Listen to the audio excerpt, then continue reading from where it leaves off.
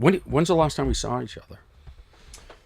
It might have been at the Montreal Comedy Festival, maybe. How many years is that?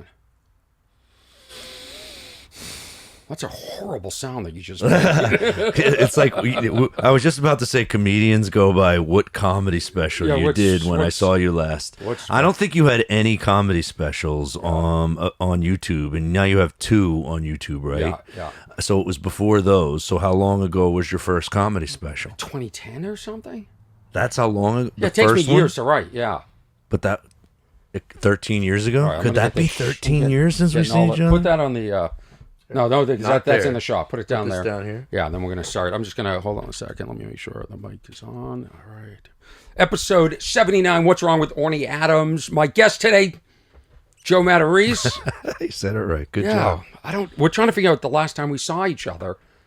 I think it might be the Montreal Comedy Festival. I remember going up there. But which one? You think it's like 2010 or something? Or I did it like 4 times, and it was probably 12 to 15 years ago. Wow. Could it be that long? Because you look the same to me. You look the same. No, I'm all grayed. You're not. No, but you're still in shape. Like a lot of people, like you got married. Do you have kids? I have kids. Yeah, so you're looking great. You must neglect them a lot. I don't, believe it or not. Yeah. Good for you. I have the like what you're doing on this podcast, What's Wrong with Orny Adams, to me is the opposite of me. Okay. Which is, I think I have my life and my kids part down, but the career stuff takes or took a hit because I have the wife and the kids and the house and all this stuff that I've heard you say in subliminal moments in your career. Like when you went, I'm not subliminal. I'll tell you. I'll look right into the camera. A wife and kids, a relationship, all get in the way of the progress of a career, without a doubt. Yes. Without a doubt. But that's something you want, though, isn't it? Yeah. But we'll get to that? Well, we'll get to that. Let me start this episode, for crying out loud. Episode 79. I've got Joe here. Are you on the road a lot? Can you be on the road a lot? When people look at my schedule, it gets ripped on because I don't do the road a lot. I've kind of mastered the Northeast area. So, like, when I'm on the road, the most I'm ever out of town is like 1 or 2 days. The most. Well, here's my thing, because I like to start with a what's wrong. Okay. And I'll say this. For someone that's on the road, I've been constantly for decades now. I eat more meals alone. And it's depressing. Right. Like you just look around and you see all these people and you're the only one. And every time I go in, the hostess always tries to seat me at the bar. Do you want to sit at the bar?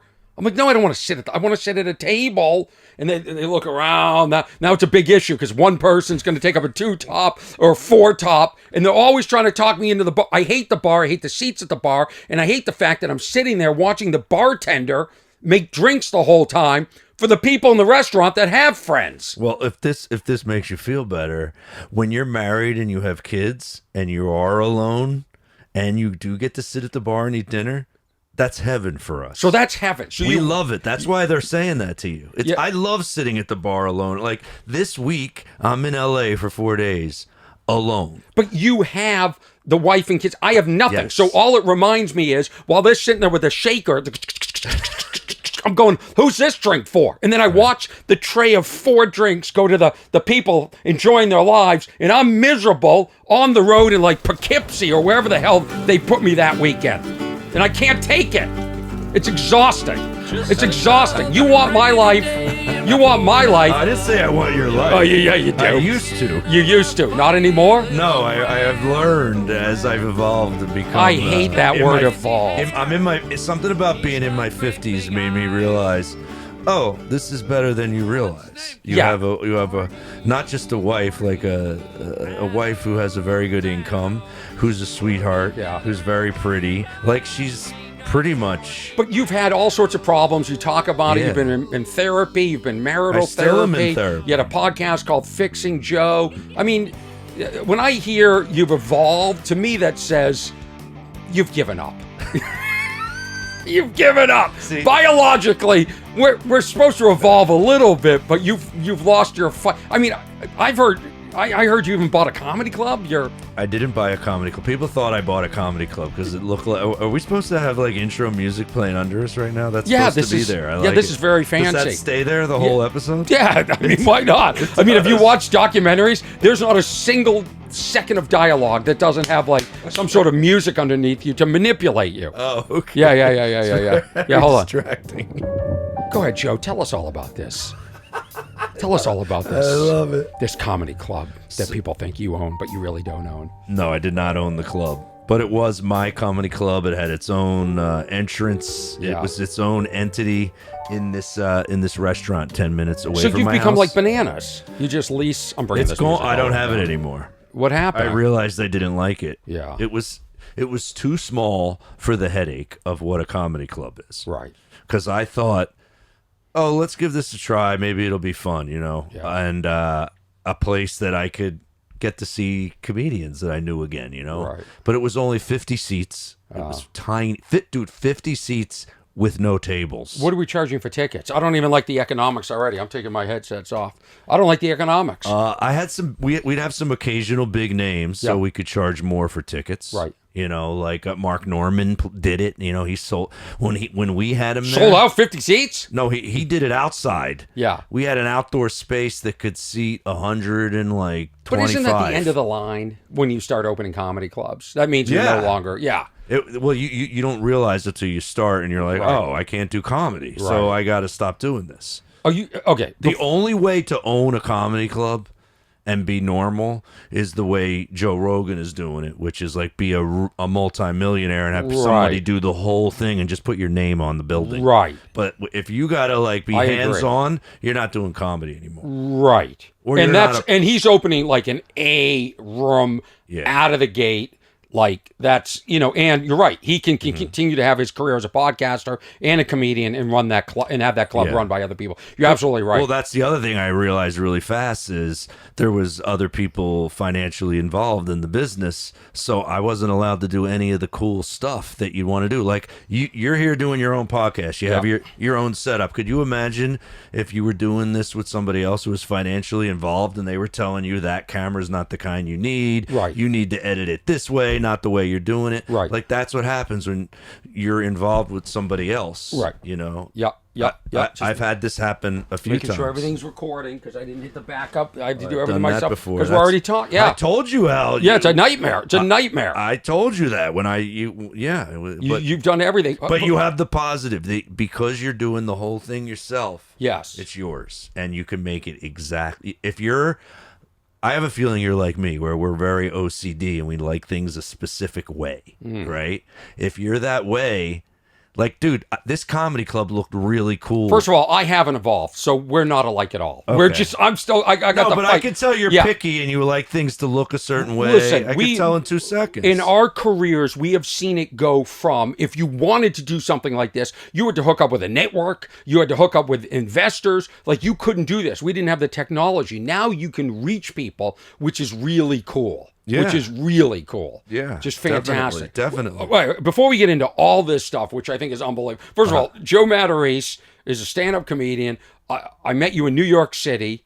I don't remember the first time we met, but I always liked you. You were always cool. So when you contacted me last week, you said, I'm coming to LA. Can I do your podcast? I was like, great. First of all, it's a dream that somebody reaches out to me. I don't have to beg a guest to come on. This is fantastic. And I didn't have to think about it more than once. Like, I don't think I've ever had a moment where I didn't like you. You're a nice guy. You're a funny guy. And I'm amazed because I was thinking this yesterday as you got a 6-hour flight coming to New York, got a lot of time to think. I'm like, it's funny that I'm doing Orny's podcast because you used to be the guy that we ripped on in all those short films. And I remember, what short films? Do you remember when we used to make short films for the comic strip Christmas party in New York City? Yeah. This sounds from yes. And right. For people listening, it was like the biggest Christmas party in all the comedy clubs back then. Right. There'd be 300 150 people, managers, agents. Right. That's when they used to come to everything. Now they just go to YouTube and look at things. Right. But then they were there. Joe's saying they used to go to comedy clubs, agents, managers, representation, networks, buyers to see the comedians. And if there was a party, like a Christmas party, they would go to mingle and I don't bullshit remember their way into representing these comedians. Yeah. So this guy who owned the club or booked the club, this guy Lucian Hold, who passed away, decided that they were going to show short films every year, and they were always inside jokes. Right. And usually they were parodies of other movies and TV shows. Mm-hmm. And I think when they finally stopped is when they got so... Now, as we're seeing, this is high quality. Podcasts are evolving. Yeah, what were we shooting this back on? then, you were shooting it on a VHS, and you were taking like 2 VHS recorders and trying to do that kind of editing. There was no computers, nothing.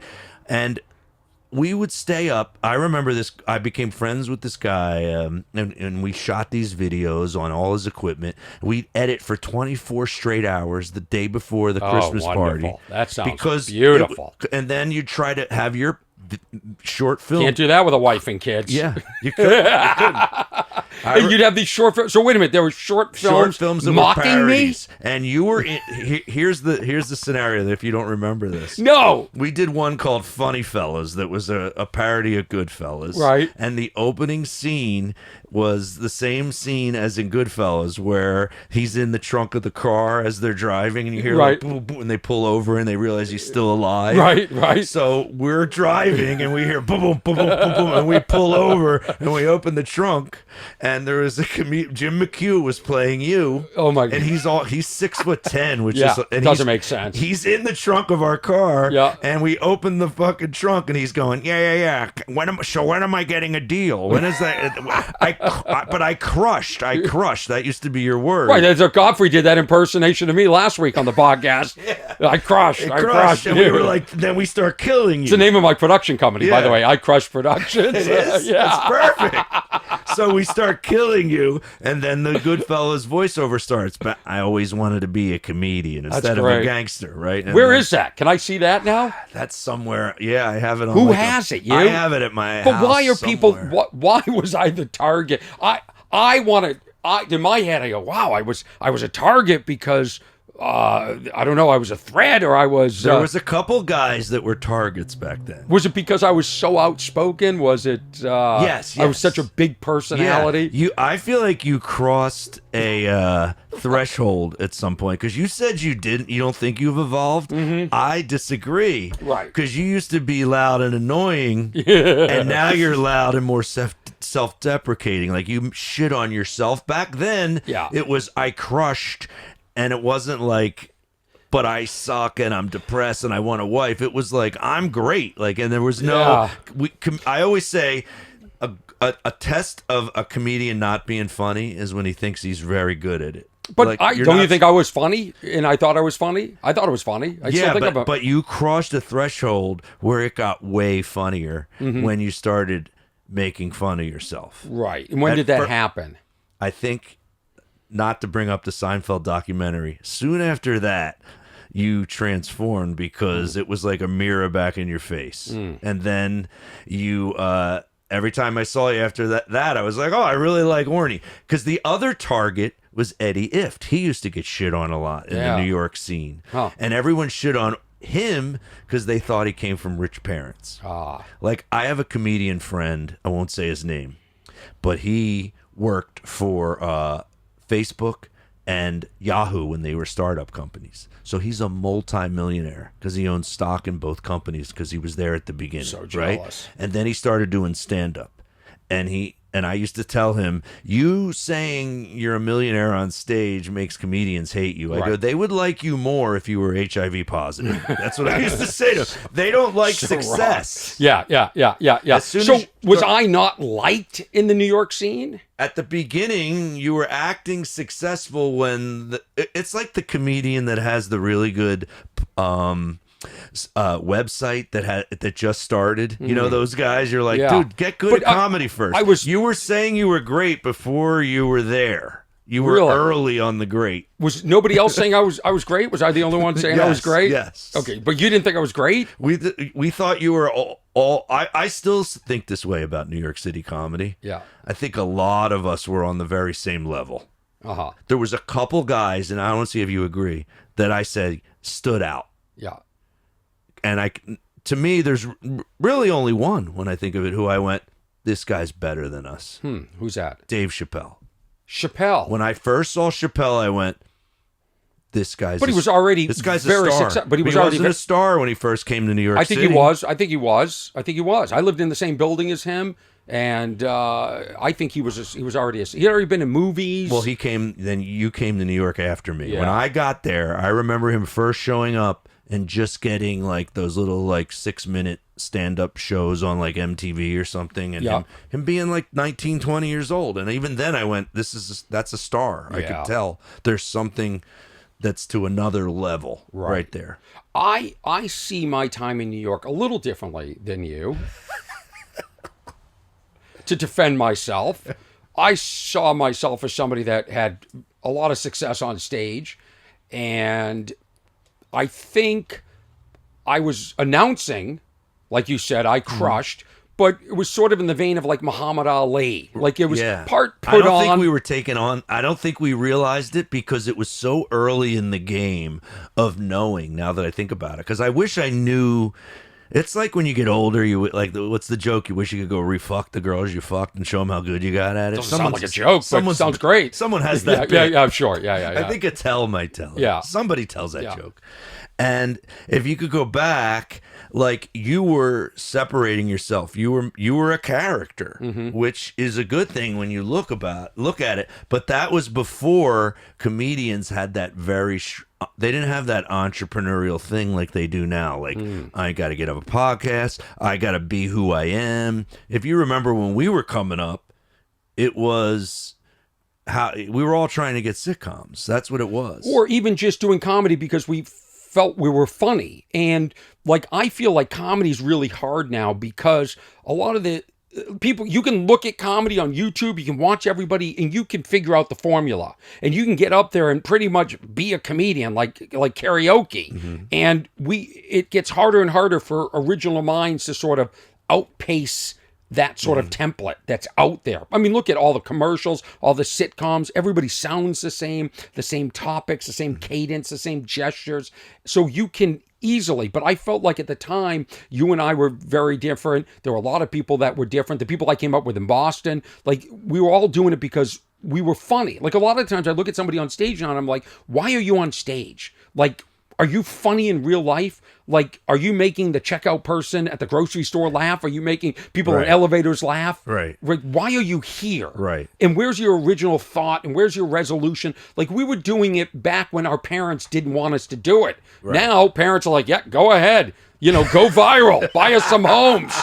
But we were like, sort of like, my parents. Rebels. Yeah. And you're playing these shitholes, which I'm still playing. Yeah. I can't believe after all this time, I'm still playing some of these venues. It's shocking. And the people I have to deal with, the journey is unbelievable. So yes, you do evolve, and I can see how people would be turned off by me, but I felt like I was like the guy who would walk up to the plate and just knock it out of, point to right field and then knock it out of the park. Well, I wasn't turned off by you for some reason, but a lot of other people were. Here's another thing. Haters. Comics are looking for a reason to hate. Listen. But it changed. Nobody hates you anymore. That's great. When did it, is there an exact date? Here's another thing that I still remember about the guy who was in the trunk playing you and getting stabbed. Yeah, the Jimmy Q guy. He had sunglasses on with a little blue tint. You used to wear these sunglasses on stage that had a little tint. No, I didn't. I never wore sunglasses off on stage. stage. Off stage, maybe. You were wearing them around. Yeah, I had style. So now we're going to hate me because I had style? I didn't hate you. I had a friend that called them deal glasses. He goes, we got to get some, he said it to me one day. He goes, we got to get some Orny deal glasses. Those are deal glasses. Like, he liked them. Yeah. Like, if you were doing what you were doing then, now, and the age you were then, that probably would have worked really well. Did you ever see me in Teen Wolf?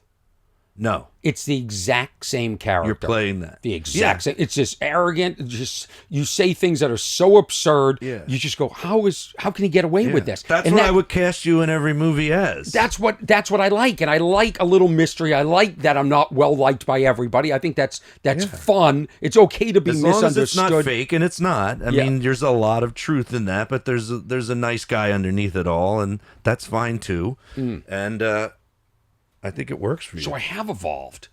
You have evolved. You don't realize it. Wow. It's a slow evolution. Yeah. I want to talk about the ups and downs. You've got to tell us the America's Got Talent story. What all of it? What do you want to know about? I don't know. How quickly can you tell it? I just remember, and I did figure been a out while. the last time I saw you was at the Stress Factory. We worked together a few years ago, maybe 10 years ago. I feel like it was a New Year's Eve or something.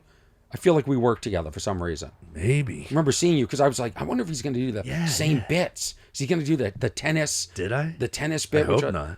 I don't know. I know you have a new special coming out. We'll get to that in a few minutes. And when does that come out so we can promote that? Well, it was supposed to be out while I was out here in LA to promote, which sucks. Of course. And my PR person got me on the Adam Carolla show, so he's like, you got to go out there. Even like, I don't want to push the Adam Carolla podcast. That's what he said. I don't want to push it further ahead. I'm like, so I got to go out and promote I don't the understand special that. That's not out yet. Why can't the special be out when you're on the Adam Carolla podcast? Because he was afraid that the date he got offered was now, and he didn't want to ask for one later when it comes out. So he goes, just go out and do it and promote yourself, and maybe he'll like you enough that he'll bring you out again. I do it once a month, so it's a great show. So you can do it a lot. Well, I do it once a month. Yeah. Okay, that's I good. go up there. I love Adam and his audience. It's my first time. Oh, here's my advice. Interrupt. You just, when Adam goes off, just interrupt, do anything, derail him. Yeah. You got to take over the conversation. That's what I used to tell comics be about. Gutsy. I used to do Chelsea Lately a lot when Chelsea Handler had her talk show on E! And I used to tell comics, I go, in show business, there's certain times where you can't be polite. You have to interrupt. Yeah. Or you'll just sit there and not say a word on TV, and then everyone that watched it and went, why did you not talk? So are you like me? Do you look at like, oh, Joe Coy was on Chelsea Lately, and look what happened to his career, and I'm the guy formerly hosting Fixing Joe podcast. I'm beyond worrying. There'll be other things that I will think about like that, but not. That's so long ago. Like there'll be new shit where I'll be like, yeah, because you spin out in your head. I know you a little bit, but I'll tell you, having the regular life helps to spin you back out of that. When you don't have that, you just think career the whole time. That's all day. Yeah. So you need That's not healthy. You need an interruption. I know close to meeting someone you really like. Yeah, of course. I have a string of long-term relationships. Oh, you have? Yeah, that's what I like. I don't like that the other life. What do you call a player? That's not me. Mm-hmm. I like to meet people and get to know them and hang out for a while. And either it works or it doesn't work. So what happens? Has it's never gotten close? No, it's gotten close several times. You're a good-looking dude. You probably meet lots of girls. I don't. No, you got to see my fan base. Yeah, it isn't. No, I shouldn't say that about my fan base. I guess I'm just trying to downplay it. I don't get hit on a lot. That is the truth. You don't have to get hit on to meet people. But I don't put myself out there either. Oh, okay. I don't mind failing in my career, but I'm not going to fail in both. I think career that's and true. relationship. Maybe that's what it is. Come on, what's the AGT story? Come on. Okay, America. It's so good. I remember you feel like they screwed you or something bad happened. Yeah. Well, if you go look it up online. Oh, now we have homework? I think they took it down. It had a lot of views. It was like 1.8 million views or something. What year is this? It's probably about 9 years ago. Okay. Because my daughter's 11 and my son's 15. So my daughter was she's tiny. She's like 1 or 1.5. And my son, maybe he was 5. Yeah, I guess he was 5. And, got on the show, went through the whole ringer. You got to audition for you want all that part of the story. I mean, you got to go in a room and audition for one lady. And then she goes, okay. And then you wait 4 hours, and then you audition for the producers. But aren't they sort of saying, hey, Joe, don't they come up to you? Like the producers have approached me several times in the past, and they said, we'll get you on this show and we'll get you through to this level. There wasn't that sort of a deal done? No. Oh. That's when I knew I didn't have a shot at this because I started to see mumbo jumbo going on. Is that even a word? Mumbo jumbo. Mumbo jumbo. What's the word? I started seeing foul play. Malarkey. Fat malarkey. Where like another like Dan, like an example would be the first time I get on TV on America's Got Talent, I perform in front of like 2,000 people. Mm-hmm. Howard Stern, Heidi Klum, Howie Mandel, and Mel B are the judges. Are you nervous? Yeah, and it's like it's such hard work doing these reality shows because comedians, we just hate sitting around in downtime. Right. You're in a room for 12 hours. By around other people we deem less talented than us. You're just sitting in a room, and my kids are young at the time, and they go, you got to bring your wife and kids. Yeah, you got to have a story, right? Yeah, we want them there. Right. So when you have a kid 5 and 1, it's very hard to entertain them for 12 hours in a fucking room. Yeah. With Subway sandwiches. I mean, that's all they had. It wasn't like a pimped out place that they had you waiting in. It was like a huge room with magicians and frickin' in Jersey. Yeah, it was. Well, yeah. And no, the second round it was in New York, but yeah, the first round was in Newark, New Jersey, because Howard Stern wanted it close to New York, so he didn't have to fly to L.A. Got it. So I'm there. I'm about to go out. I just entertained my kids for 12 hours, and then they're like, I'm literally about to get introduced and walk out on stage and have to do my thing, and they go, they're looking at it, we just ran out of time. You guys got to come back tomorrow. And my wife's like, she already took the day off once. Like, she has a job. Like, now she's got to take the day off again and bring our kids back and entertain them again for 12 hours in this room. And of course, my wife's a trooper. There's been a few times where she's had to do shit for me in my career, so she's like, all right. And then we went back. The next day, we wait again. Kids are there too? Kids are there too. The little props? Yep, they're there. And more Subway sandwiches? Yep. Oh, boy. And then I go out. Good catering. And it goes as perfect as you could go. Great. Like, I get a standing ovation. Howard Stern, everybody standing ovation. Oh my God, this is I start to almost cry if you watch the clip. I'm literally like that moment where you talk about how you want your career like to be at this. There was a second, and you see me get choked up. I wish you could show it right now, where I'm like, because Howie Mandel goes, "How long you been doing this?" Yeah, and I went, "Oh wow, 25 years." Oh. Right? I go 25 years, and it was like I start to almost cry because I thought, It's over. Yeah. This is it. Yeah. This is it. Here we go. I'm laughing because I can't tell you how many times I have said, here we go. Like the first time I did the Tonight Show, it went so well. Yeah. As I'm walking off stage, I go, that just bought me a house. Yep. Nope. Yep. I can't tell you how many times I've been on TV show. I go, here we go. Or somebody comes up to you after a show. Hey, I'm with so-and-so. I go, here we go. My whole career is false starts. It never leads to anything. That's why I love this story so much. Go ahead. So I'm like, oh my God. My kids run out on stage. Yeah. There's even a moment where, Howard Stern and Howie are asking me about, how does it feel having your kids there watching you and your wife right there watching you, and they're cutting to them. And like I said, to have your kids run on stage and give you a big hug and while a standing ovation, it's like you won the World Series. That's what it felt like. Right. I just won the World Series. I'm getting a standing ovation with my family right there. I remember watching this live, sitting at a bar alone, watching a bartender making drinks for other people, enjoying their lives. Oh my God. Yeah. So Joe, what happened? So then, which sucks about these shows, you don't even know if that's necessarily going to air. They're like, even though you just got a standing, none of it's real, they can re-edit anything they want and decide if you fit their program or not. And I'm like, fuck, they could not air that. What if they don't air it? That doesn't help me. Right. Fuck. So I have to wait like 3 or 4 months. Then I get the call. They are going to air it. And now we're going to film the second round in New York City. And there's going to be an audience again. So I'm working on my set for the next round. How many minutes are you doing? 2. Right. Which if you don't understand stand-up comedy, this is like if this goes well, it's great. If it doesn't go well, you're in a free fall, and there's no recovering from 2 minutes. It's like when the plane starts going down.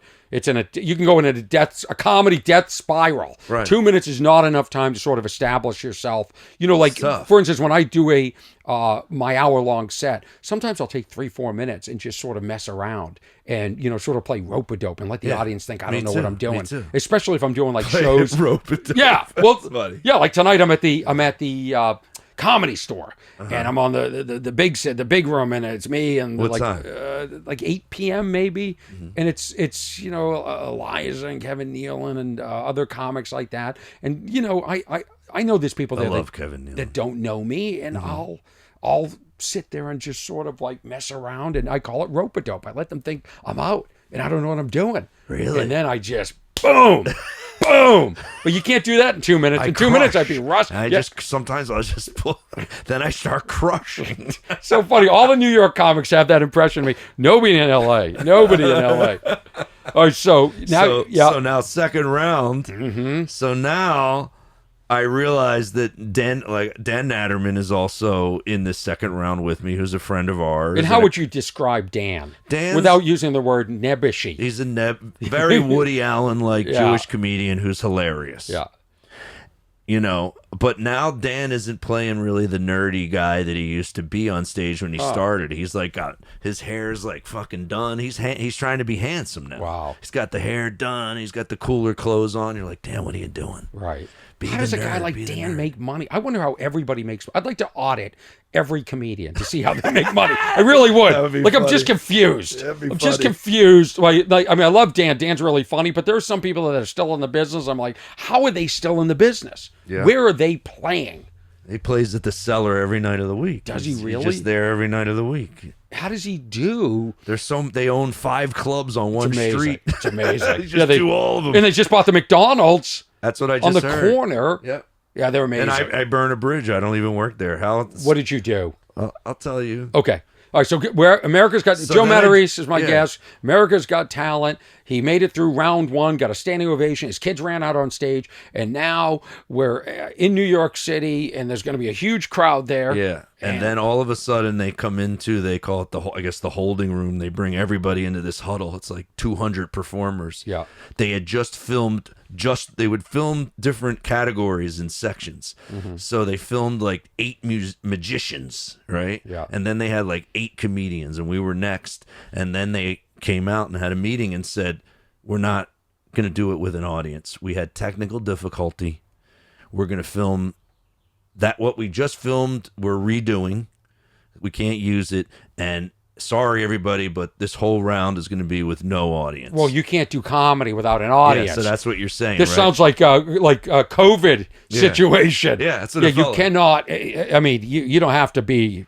Everybody knows you got to have an audience. Yeah. So stupid me. This is a little mistake that I made, but I could tell it was already fixed. This is how I knew it was fixed, and why I brought up Dan Natterman. Dan Natterman. Totally different. Dan Natterman, totally different than me, but same age as me, white guy, and I'm going, these reality shows don't have multiple people that are similar. But does he have 2 kids that can run out on stage? No, but I already know that he is skipping this round. He doesn't even have... I'm like, where... He got a bye? He got a bye. So that's when you know this thing's fixed. Yeah. This guy's already won or going further than I'm going to go. Right. Because he's not here. Why is he not here? Yeah. And there's an 8-year-old kid who's doing stand-up. Wendy Liebman, she's a female. Yeah. But there's no other white guy standing around me except me. And I'm going, and Dan was the other one, and he's already was to the Dan next round. on the first night with you when you got the standing ovation? How was the crowd reaction to Dan? He was on something like that. Did he get a standing ovation? No, but he got the yes. Yeah. So I go perform in front of no audience, and this is a little bit of the mistake I made. I should have switched the material I had planned for the audience. I would have just done crowd work. I kind of did. I would have been like, first of all, you guys suck. I kind of did. That's what I would. I literally, because I can read people pretty well, within 5 seconds, I'm like, they're giving me the stink eye on purpose. I could feel it. I went, I'm the same guy. You gave me a standing ovation. Why are you acting like You've never seen me. So ever. you think they're setting you up to fail Yeah. so they can get you out and get Dan through? Yeah. Why not just not air your standing ovation? So wait a minute, you're supposed to in the storyline. You're It supposed to looks get a great on camera to have you when your kids come out and all Yeah. that, dude. It's fucking. That's why it got 1.8 million views You on should have YouTube. said you had some sort of disease. The people with diseases, or you just lost a parent. You need more of a storyline. Like you're getting your gallbladder removed. Just make up something. I give comics advice too when they're doing the show because I'm not going to say who it is, but I know someone who's doing it this year. And I said when they start to figure out what your storyline is, go with it. Don't go against it. Wow. Because they said to me, if you lose this round, you're out of the business. Your whole career's over, right? And I go, no. I'm like going the other way with it because I'm thinking I don't want comedians and industry people to think I'm quitting comedy if I don't win on this shitty show. I'll tell you what I did, and I bet you did something similar. You did the show? No, I've never done America's Got Talent because I don't know. I guess I probably should have. I think I probably should have done a lot of things that would have helped my career, but I always thought comedy can't be judged. Like all 5 of those judges could hate me, but 10 million people across the world could love me. So you can't quantify comedy. Right. It's too subjective. I always say that no one's better. They're just those people are good. Well, it's casting. You saw 4 comedians. You're not going to say Kevin Nealon is better than Orny Adams. You're just going, they're both funny. I would have walked out, and you could see me doing this. I would have walked out and I would have said, "This is the most ridiculous thing I've ever seen." Well, There's what I no did. audience. That's what I did. I said, I said, "This is. Why don't you get your shit together, America's Got Talent? And when you're ready, when you could put on a show, I don't know if this is the first season you've done this, but when you could put on a show where you don't have technical difficulties, then call me. And by the way, where's Dan Natterman? Where's Dan Natterman? Now, just cut to the clip of all the judges standing and giving me a standing ovation from the last appearance. Thank you. Right. Good night."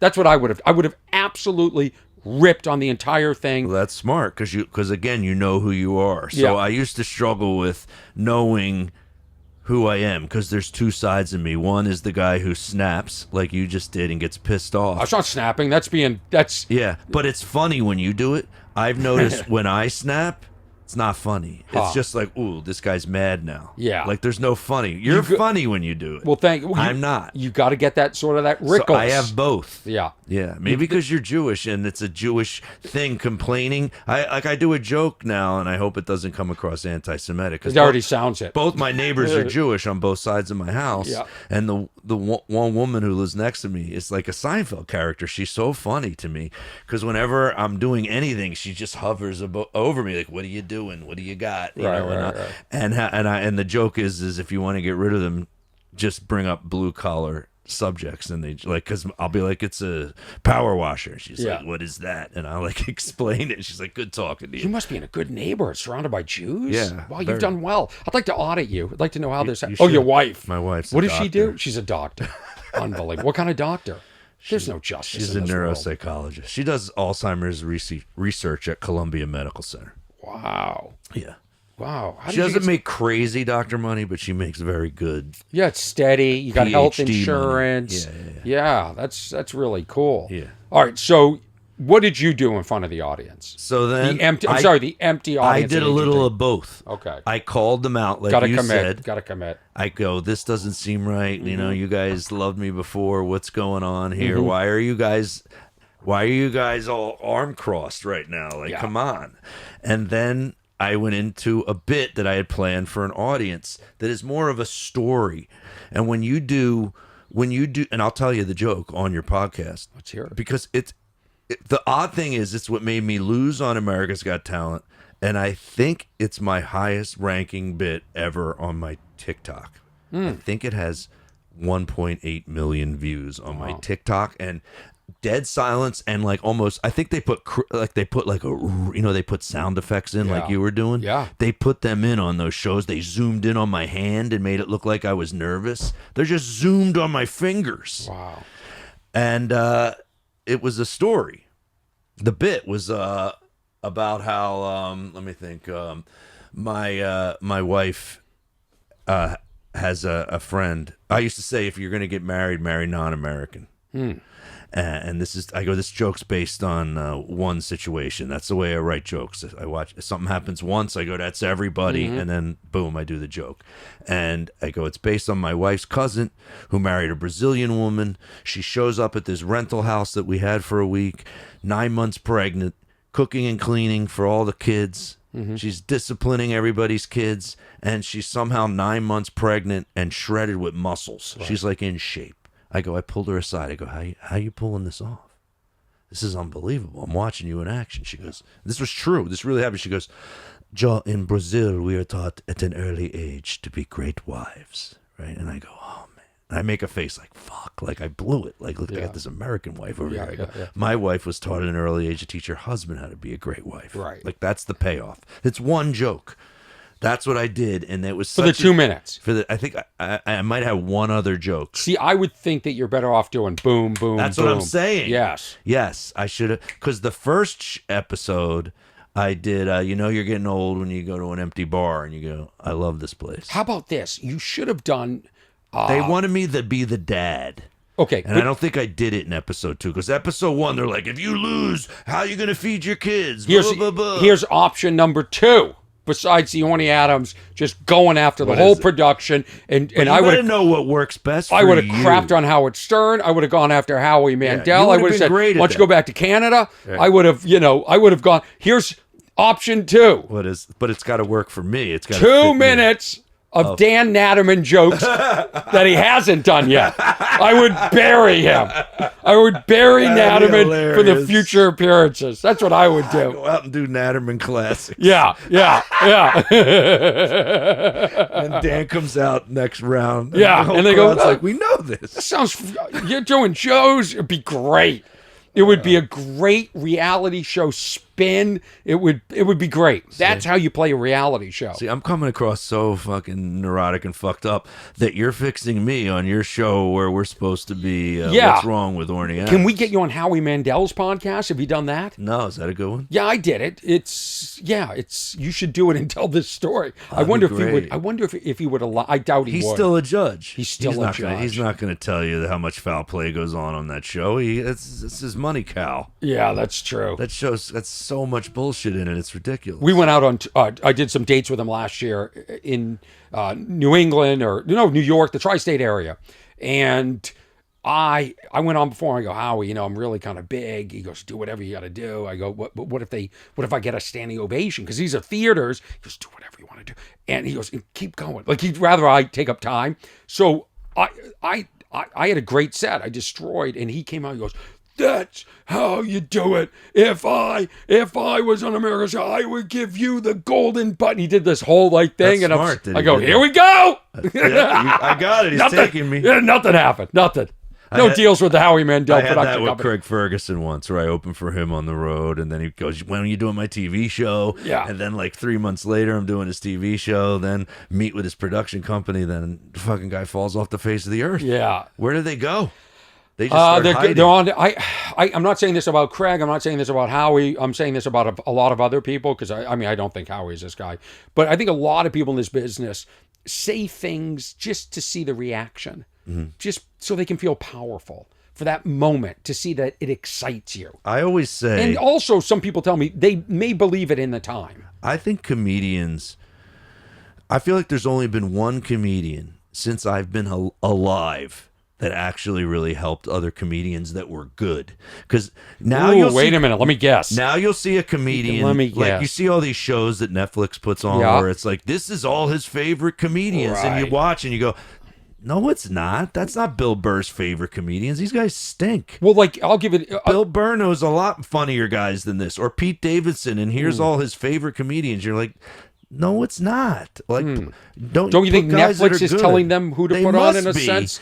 Who's the one? Give me a hint. One guy. And a lot of them became famous. Rodney Dangerfield. Yeah. Did I get it? Yeah. There you go. How come there's never been a Rodney who's like put on people that were good enough to become famous on and give them a real and hook them up? I would. I would, in fact, I talked about this on somebody's podcast, and then we were talking about the person outside. I don't want to say who they are because they're going through something right now. And that person made fun of me because I said even small things, like at the time I would have paid for a bus to go all around Manhattan and drive the comics to their gigs. Like I'm a generous person. I don't feel threatened by people, but here's another here we go experience. Here we go. And this is not a dig on this person, but one day I woke up. I was living out here and my phone blew up, like text. And I'm like, what's going on? And it turned out that Kevin Hart was on Howard Stern. And Howard Stern asked Kevin, you used to be jokey. You used to do all these characters. And then you started to get real. What happened? What changed in your career and really, launched you? And he said, I was watching this guy, Orny Adams, in this documentary, and it made me think I've got to work harder and I've got to da-da-da. And I thought, here we go. Kevin's going to call me. This guy's a movie star. We're going to do a buddy film, right? Nothing. Never heard from him. I had my manager or agent at the time reach out to his. He said, let me see. I'll see what I can do. I don't even know what got passed on to Kevin. It's just a strange bit. Like, why? I'm not a threat to Kevin. My style's very different. Why wouldn't you think we're I would think we're finally at a point that a comedian, because everything is now like, what's the word they use for it? Like guerrilla warfare out there, where it's like you can make your own shit now. Yeah. Like a Louis C.K. was really the first comedian who was like, I'm renting the Garden and I'm doing the show. Yeah. I'm selling my own shows off of my website. Like, he's the one comedian I went, when are we going to see a comedian represent other comedians? Right. And actually represent good ones, well, that should be big, and that you go, wow. But why are they threatened? They must be threatened. At minimum, I would have thought Kevin Hart could produce my comedy special. Mm-hmm. Wouldn't that be beautiful? I mean, it's like we're completely different, and he's got the power to do that. Why wouldn't he do that? Why wouldn't other people produce my? I don't get it. I don't get why comedians, and it happens in podcasting too. You'll see you're invited on some podcasts but not others because maybe that person doesn't want to help. I've invited people on this podcast that I'm friends with, and they don't want to come on because they think they have so much equity. They don't want to help me. They don't want to help me grow my Bobby Lee was very generous. He goes, I'm coming on because I want to help you grow your podcast. Really? But people aren't like that. And comics... There's not a lot like that. No, and that's why I wish I was a musician. These musicians, they all get up on stage together. They support each other. They cover each other's songs. They pitch each other. But comics, that's why when I was in that documentary or when I lived in New York, it's like... I gave people a reason to bury me and not like me. And this is the wrong business, because I'm looking at the camera now. If you want to know how every single comedian watches a special that's on Netflix or HBO or whatever, Showtime, we sit there, we turn it on, and we're waiting for that one thing that lets us say, this guy sucks, she sucks, they suck, whatever they are. I'm turning it off. We just look for reasons not to like other comedians. Right. And I don't know why. And all the things that have been successful for comedians to me, like even on, I said I took the 6-hour flight from New York, and you download a bunch of shit on your phone so you have stuff to watch when you're on the plane, even though they got shit on the plane to watch. Yeah. I literally just download Seinfeld episodes, and I'm like, it breaks my heart. I'm like, these are so good that I'm watching these episodes for the 10th time, and they're still good. And I'm going, you know why they're good? Because Jerry Seinfeld surrounded himself with home run hitters in every position. Right. Even the little parts are fucking hilarious. The writer's hilarious. Everybody's unbelievable. I'm like, why is everybody accepting mediocrity? And like, I was a little jealous because I saw like a comedian like Pete Davidson as a new, like where you said you get jealous of others. I don't know if jealous is the word. Or where I go, why? Angry. Well, What? Yeah. At the lack of justice. The only things that make me get a little angry Miffed. where I go, oh, like it's when they're doing exactly what I thought I wanted to do, which is like act in a show that's about my life and have really good actors around me and doing a single camera show that has some drama mixed with the funny and like and I saw Pete Davidson has a show coming out where he's got like Steve Buscemi in it and like Edie Falco's like there's just all home run hitter actors in the and I'm like that okay that this guy's probably pretty smart. Look what he did. Look who's in this. You know?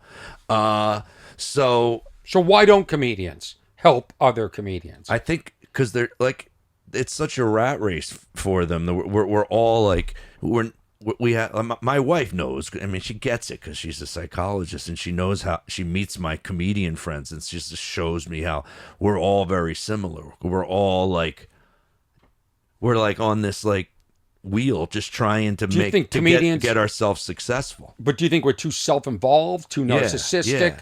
Yeah, scared. I mean, I don't get it. I like to help people. Like that's my nature. Yeah. Like I'm thinking, I want to connect Joe with Howie Mandel. Like I don't know why the world. There's not a lot of guys like that. And in fact, I'll tell you. I always think the guys that are like that never get huge. I'll tell you something. Godfrey was on my podcast last week, and there was a time I was auditioning for something and I wasn't right for it, and I said, "You want Godfrey for this?" Mm-hmm. I'm that way too. Yeah, I don't. Like, why am I even auditioning? You know who's perfect for this? Yeah, like I kind of like want the project to be right, and why not? I figure there's plenty of stuff out there. I think he did get it. He got it. I think he did, and I don't think I ever told him that. But you know, yeah. Well, maybe someday we'll see the next Rodney, but it just seems like I don't know why that maybe networks don't let somebody have enough power. Do you think Rodney was really picking those people out himself, or was somebody telling him? I know he was. Put Seinfeld on, put Bill Hicks on, put Roseanne Barr. I mean, every person went on to be huge. Huge. Yeah, it was the HBO Young Comedy Special, or no, Rodney Dangerfield's Presents or whatever. Yeah, they were like on HBO. It was before. Yeah, I don't know. Even comedy specials existed. Really, there might have been a few comedy specials back then. I don't know what's wrong with. I don't. It's such a bummer because you can feel no support in this business. So like, I would say to you, I bet. I'm so sick of talking about this documentary, but I guarantee when you saw me in that, you saw more of yourself than not yourself in my character. And if we were musicians, Sure. the musician community would go, no, we're all like that. Yeah. Yeah, that's what Seinfeld said. We're all like that. But instead we go, nah, now we have it on record, a reason to hate Orny Adams.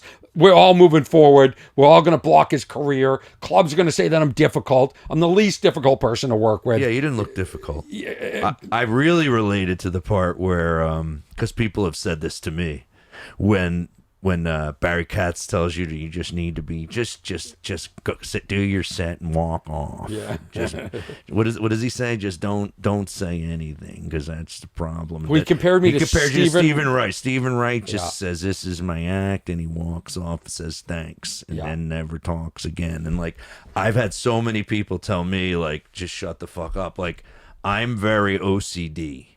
So like when I go into a show, like just this past Saturday I was at City Winery in Philly. Awesome room. Yeah. But I could tell that they do bands most of the time. Right. And my opening act is in semi-dim lights. And I'm like, it needs I could tell I'm annoying the lighting person. Right. I could just tell. But you're doing what's right for the show. And I Yes. never understood why I could tell I'm annoying people get them. upset by that. You're not being a prima donna. You're going, hey, it's going to be better if they can see me more. I ask for the audience to be lit, like usually 15 to 20% more than most comics. I like to see their faces, to work off of them. I listen, it's weird. This business is weird. It's disheartening. It's unhealthy at times. The obsession. I mean, you dealt with it. In fact, I would say you were ahead of the curve discussing your own mental issues, like your mental health, right? Mm-hmm. You did a podcast called Fixing Joe. You were very open about, I think, medication you took. You look uncomfortable. Medication. Are you uncomfortable that I'm bringing this up? No. You still take medication. What are you taking? I take antidepressants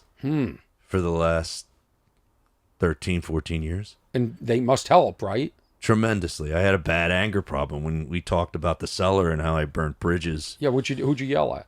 I yelled at an audience member. There was like 3 different incidents where it was like I did something bad and got put on. It's someone said this about the Cellar. It's the only club where you get like kicked out, and then you got to like work your way back in, and then you can get kicked out again. You're in like purgatory with the Cellar. Multiple comedians. And do they let have you this. know when you're in purgatory? No, like I didn't know for a while. You just stopped getting spots. You just stopped getting spots. You're like, what the hell happened? This was. I mean, I knew that I said something. I'm honest on podcasts. I said something anti-Semitic on stage at an all-Israeli-owned comedy club to a guy in a yarmulke who was making cricket noises after all my punchlines. So, like... Don't say what you said. It'll upset me. Do you want to say it? Go ahead, say it. It's not... I mean, I called him what he was. You know, what? I said you Jew. I said you Jew fuck. That's what I said. Yeah. Because he had a yarmulke on and he's making fucking cricket noises. Yeah. Right. No, you wouldn't do that nowadays. No, like it's funny because I said I'm going on Corolla and I'm asking this guy who's my publicist. I'm like, well, what should I talk about? I said, should I bring up medication? And I even wrote down on the list that I don't get angry on stage anymore. But just recently, I had a blip where I got mad. I hadn't got mad at someone in like 10 years. And I went, oh my God. Like I thought the medicine made it go away completely. But this guy, like, he hit that note. Like this was like that kid who had the yarmulke on who made the cricket noise. Like my anger comes from insecurity. So if you tell me I suck at comedy while I'm doing comedy and sucking at it, I can get really angry. Yeah. It's still even on meds. Do you want to apologize to the Jews right now? Do you want to look into the camera and just say that you would never say that again? And what did your publicist... I even told Esty, the woman who ran the club, I said Jew fuck because he was Jewish and he was making cricket noises. It was the only thing. It's not like I didn't have a punchline. I just went, and then everyone in the audience was his friend. So I lost the whole room when I said that. Yeah. And now I have 12 more minutes left. Yeah. And the whole room hates my guts. And they don't let you get off there early. Like, just so you know, the Comedy Cellar, one time I got called the next day because... I always went on every night after either Chappelle or Chris Rock or Dave Attell. So they had the 11:35 spot, and then I did the 11:55 every single night for years. Right. And Esty, I love her, and I love Lucian. I love all the people that made me work harder because it only made me stronger to have to go on after acts like that every single night. I was after Rock every night while he was preparing for Bigger and Blacker. Yeah. Okay? I can remember following him a lot too when he's coming in to do I'm like, every night he keeps going on right before me. So he went on, he's got his writers with him. They get up and leave. There was only a few people in the audience that night. Everybody left. They all leave, yeah. They all left. So now there's... I used to shit on Chris Rock because I knew he was already in his Porsche and gone. Yeah. Like people were like, you shitting on him. I'm like, he's not here anymore. Yeah. He's leaving so fast after he does those sets. So there were 0 people in the room, meaning nobody but the staff. Right. And the host gets up there and says, okay, thank you, Chris Rock, everybody. And as everyone's leaving, now there's 0 people. Coming to the stage now, our next comedian, Orny Adams. And I'm sitting in the back, like I would have done on America's Sound. I go, there's nobody here. Well, I'm going to get up on stage. This is ridiculous. I go, I'm supposed to get up there and tell jokes to nobody? And so nothing was happening.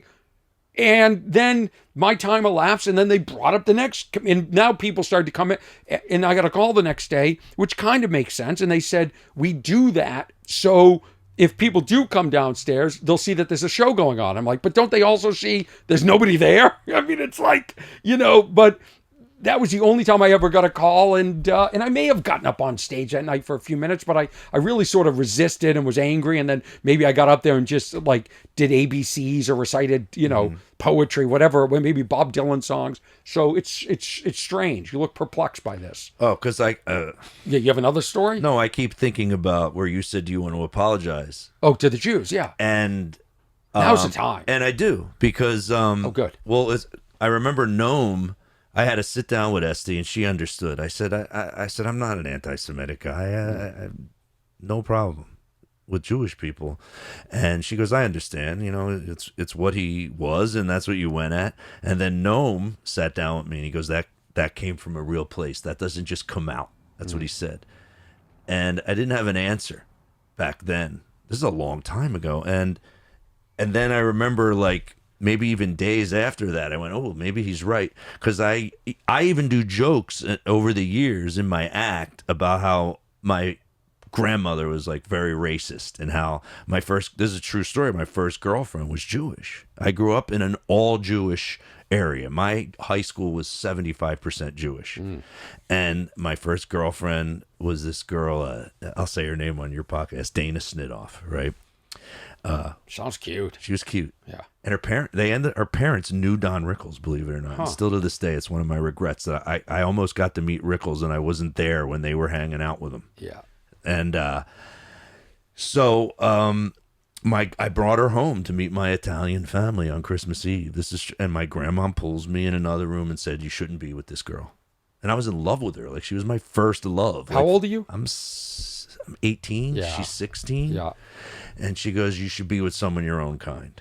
That's what she said. And on stage, I go, next week I brought home an Italian guy. Yeah. Right? So, yeah. Which always kills. But I don't think that's crushes. necessarily racist. I think that, like, there's a lot of inclusion. But my within grandmom communities. used to just say things, like how maybe a Jewish grandma might say you should marry another Jewish person, or I don't know if. See, I always thought she said, that period of Italian grandmom, that she's not alive anymore. Yeah. Those grandmoms said a lot of racist stuff, and I grew up in that kind of household in this Jewish area, and there was stuff said. So when that came out, when he said that came from a real place, it did. And I know. So your grandmother got you fired from the Comedy Cellar. Yeah. And you know what's interesting is I had stuff about my grandmom in one of my one-man shows. My new special, actually, is very one-man show-like. It's called Mullets and Mixtapes. It's about me growing up in the 80s versus raising a kid now. So half the stage looks like my bedroom in 1982, right, and the other half of the stage looks like my bedroom, my kid's bedroom now. Oh, interesting. And then there's a huge LED screen behind me, and different pictures come up at different times. I love it. To show. Where'd you shoot this? I shot that at a small theater in Mamaroneck, New York, near where I live. And where's this going to air? Because it's coming out soon. I don't know. Know. He's pitching it. Who paid for this? My manager paid for the whole thing. Who's your manager? His name is Adam Grayson at Grayson Entertainment. He paid for the whole special. Do you know what he paid? What? Like 50? He paid way too much. Over 50, you think? Over 50. I know how much he paid. Wow. And so he's going to recoup recoup this that? way. It costs like $20,000 to rent the LED screen for the weekend. Wow. So he how is he going to recoup this? He's going to have to try to sell it.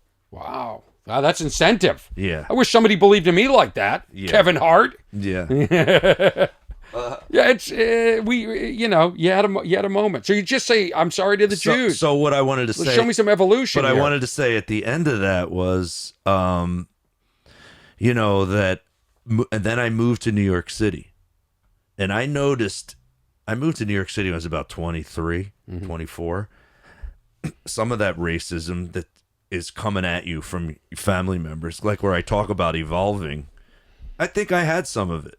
It was there when it's getting thrown at you. Like, so Noam was right. So it did come from a real place. But I noticed when I moved to New York, where I talk about evolving, I slowly was around a lot more Jewish people, or a lot more African American people, a lot more Latino people, and I started to open up who I was and become who I really am.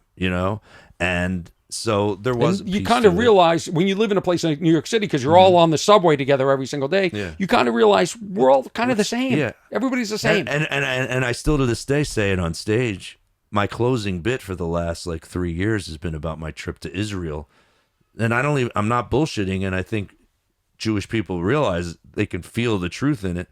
Greatest place I've ever been in my life, and how much I love the people in Israel and how open they were and how warm they are. Why don't you reach out to Noam? Why don't you reach out to SD? Well, because it sounds like I did. It's one of the Comedy Cellar in New York City is one of the greatest clubs in the world, and I will say this about both of them and their father, they love comics, they love comedy, and it's it's a challenge working that's not an easy room to work either at times.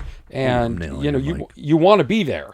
Well, I want to be there. Tonight I wish I'd be there. I did get back in. Good. Years later, apologized, had a little sit down, and then I did something at the Village Underground that was totally a different situation. Are you a self-sabotager? Yeah, I think I am. I don't know if you run into this. LA might be different than New York, but my hair's gray. I'm 55 years old. When I go into New York City and I perform, the people there in New York City are in their early 20s in the audience, and there's a disconnect. And it's not easy for me to do what my material is now to a young audience. So sometimes I'll go outside of that and say and make fun of, I'm the old, I'll make jokes about being old. Yeah. Right. And they didn't tell me they had a problem with it. Again, I'm not getting spots. And then Essie goes, I want to talk to you. And she had someone new managing it. And we sat down and talked. And she's like, why are you lashing out at the crowd for being young? I'm like, I'm just trying to survive. I'm trying to be funny. I'm not lashing out. She's like, you just do your material. We have lots of older comedians just like you. They don't have a problem with our audiences. I'm like, well, my material is a lot about being a dad and living in this house where I live. But they would get that. You know that. You remember when we were kids, we would laugh at the older comics doing older stuff? Yeah. So she might be right. This is like 8-9 years ago. I've evolved past that. So then I said, okay, you're right. I won't do that. And then I got back in. And then I couldn't find a parking spot. I'm like 3 minutes late to my spot. I just make it. I just run on stage, do my set. I don't realize I'm getting the light.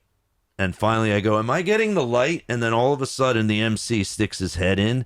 He was just behind the light. And now I couldn't see him. And then he stuck, because you know how sometimes you're on stage and you're going, I guess the next comic's not here. Yeah, of course. That's what I'm thinking. I guess I got to run longer. Yeah, if you don't see the light, you assume somebody didn't show up and you have to keep going. And there's no signal for that. There's no green. Keep going. So you ran the light. It was like 3 strikes and you're out. And then I have not been in since. And I apologized again. And I never heard back. I was like... But I never felt comfortable in that That's place. what I love about New York City. That's what I love about this. That you don't feel comfortable? No, that you don't run the light. In L.A., people run the light. Drives me nuts. Because they're famous. They can do it. No, right? even non-famous people. Nobody respects the light out here. It's crazy.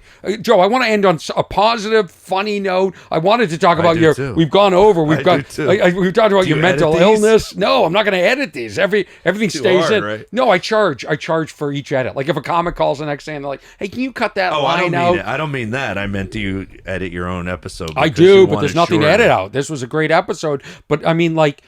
just fast. So you've been medicated for depression. You feel like it's never working. Depression though. Never that anger was connected to anxiety. There was an anxiety. I used to not even be able to fly on airplanes. I would get so fucking nervous. Okay. And I can do it now. Good. Like I would not go to LA because I didn't like to fly. Why did you stop doing your podcasts? You know what made me stop doing Fixing Joe is. This is true. I heard Al Lubell on Mark Maron's podcast, and he was jealous of Mark for being, I guess the word would be like he just knew who he was and being very, very, what's the word I'm trying to use? Comfortable with himself? Comfortable with himself, confident. And he was saying how he's just so insecure that he worries about every move that he makes, right? And he sounded so sad and pathetic on the podcast, Al Lubell. And when I heard that episode, I went, no wonder you're still fucked up. You're asking your audience for advice every week on Fixing Joe. You can't be fixed if you need them to fix you. Like, you need to fix yourself. You need to know what's wrong with you. And I went, this is unhealthy to be that. I go, unless you're Woody Allen and you being that neurotic that you need everybody's help, you're going to be fucked up forever if you're just in search of them helping you. So I said, I got to stop doing Fixing Joe. The premise was each week you would invite your audience to assess you And my guest, yeah. Oh, and your guest. Yeah. So, but I never figured out how to take live phone calls. So what I would do is I had a voicemail number. Right. It was like a Google Voice. I would post on my social media, here's my problem today. What do you got? And I would let them leave advice, and then I would pick the phone calls that I wanted. Yeah. I'd play them on the episode, and then I'd answer them almost like we were talking to them. It's amazing. Are you able to make a living doing stand-up comedy if you didn't have your wife's income? If I was just me and just single? Yeah. Yeah, I mean... But don't you think that's amazing? You're 55 years old. You can still make money doing stand-up comedy. Yeah, that's amazing. Cool. You've never had a day job. I think that's remarkable. I had a day job during COVID for like really? 4 months. Oh, now you tell me. Now we got something fun to end on. All right, forget everything I just said. You'll love this. What is it? I've always been pretty handy, so I don't know. I might bring Home Depot. I might bring that up with Adam Carolla. Yeah. No, I had a friend who has his own construction business, and he's like, I could use someone to help. So for like 4 months, I was driving up to Connecticut every day and busting my ass and doing that. That helps you with comedy too, when you do something that's. Oh, I would think it would help you with your head. I think that's really cool. I thought you meant like a real day. Like I thought you were answering phone calls remotely for AT&T or customer service. I don't know I would not know how to do a regular job like that. Just going there, like you would if you had handy, to. Believe it or not, you are. Yeah, I got some stuff around the house I need fixed. You show me. Yeah, how about fixing Orny's house? Your next podcast. That was the show. Wouldn't that be amazing? Yeah, I pitched a show like that too. I wanted to have all comics help me fix just my house. That's what every week. Well, I'm trying to get Corolla up here to fix. He goes like, I want to come up here. I heard his place is amazing. Yeah, I haven't. Oh, his studio, his house. I heard. Oh, I haven't been to it, but I don't. We just took our friendship to a new level where we text. So that's something new. But he builds a lot of shit, doesn't he? Yeah, I mean, wait to see his place. It's all cars at his place, his studio. They couldn't be nicer. I love that show. But quickly, Joe Matarese is my guest. You have a special coming out. We don't know when. Isn't that? It's so contemporary. I would no buyer yet. My manager has 4 months to sell it in our contract together. Him and I are. And then what happens? 50-50 owners. Okay, even though. And then if he doesn't sell it, it's going to be on YouTube for free. Okay, which I think is great. I've got mine on YouTube, and look at all the. It's leading to private shows, corporate shows in clubs. You got a lot of fucking views on yours, dude. It's crazy. It's crazy. What do you think is the key to having a lot of views on a comedy special? Mullets and mixtapes is mine, by the way. If you're someone who grew up in the 80s, you probably would love this. I would suggest first, be funny. I think, I think the more people watch it, the algorithm passes it on to those people. So there's a lot of people that have seen Sebastian specials or Bill Burr's, and after that's done, it throws mine on. So I think I'm lucky. I should knock on wood. I like the way it came out. Mine's a little. I can't wait to see it. Is a little more unique. To be honest, my OCD came into the editing process a little bit. Of course. I wanted to cut some stuff from. We taped 2 shows, and the editor did not want me to use anything from the second show. Huh. And I didn't understand. Interesting. Because some guy in a white hat in the front row. Oh, I'm like, nobody cares about that guy in the white hat. Can't they just use close-ups? That's what I said. And I said crop them out. It's 4 minutes of and then material. just go to crowd reactions from the first show. That's what Do I you need me said. to edit this? I know how to edit this stuff. I'm great. I edited all 3 of my specials. I edited the first 2 of mine. Yeah, mine have been a Netflix, Comedy Central, Showtime. I just sit there and edit it. It's a linear timeline. It's so easy. Yeah. So easy. Well, Joe, what drives you nuts? You're married, you have kids. Is there one thing that I can riff off of that? What's wrong with Joe Matarese? Otherwise, I'll just end it right here.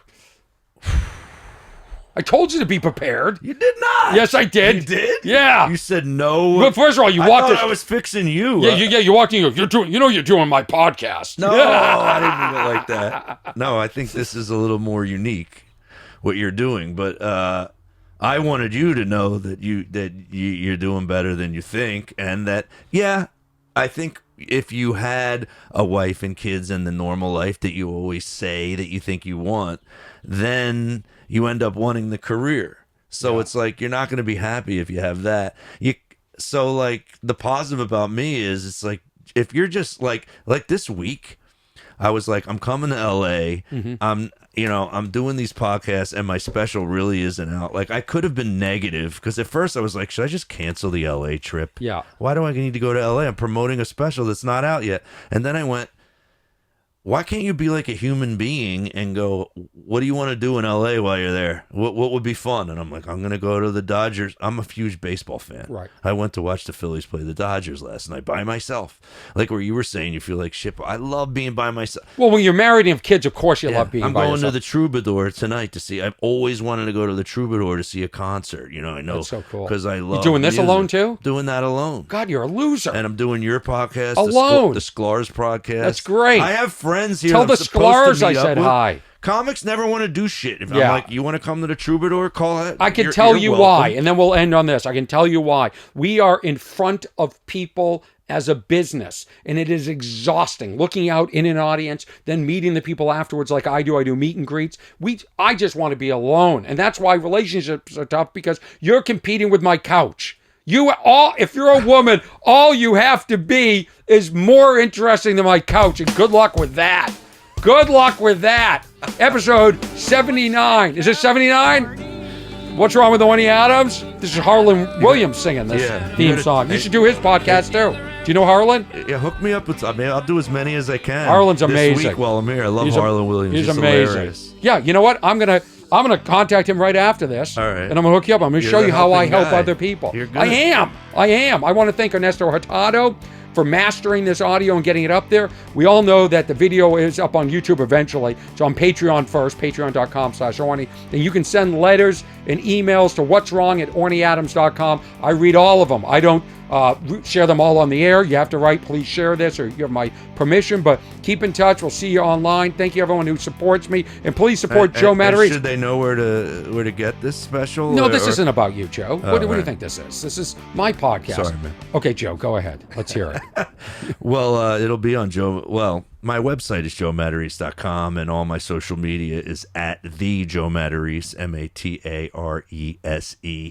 And I have a feeling that special will be on YouTube within the next 3 months. Look for Mullets and Mixtapes. It's on my YouTube page, Joe Matarese. You know, I stopped recording about 30 seconds ago. Yeah. What? Did you? Screw your plugs. No. How are they gonna find you? No, I didn't. You did it? No, I thought you did. I love you, man. I'm so glad you contacted me and wanted to come on the show. I'm glad. This It's an is honor. fun. Yeah, thank you.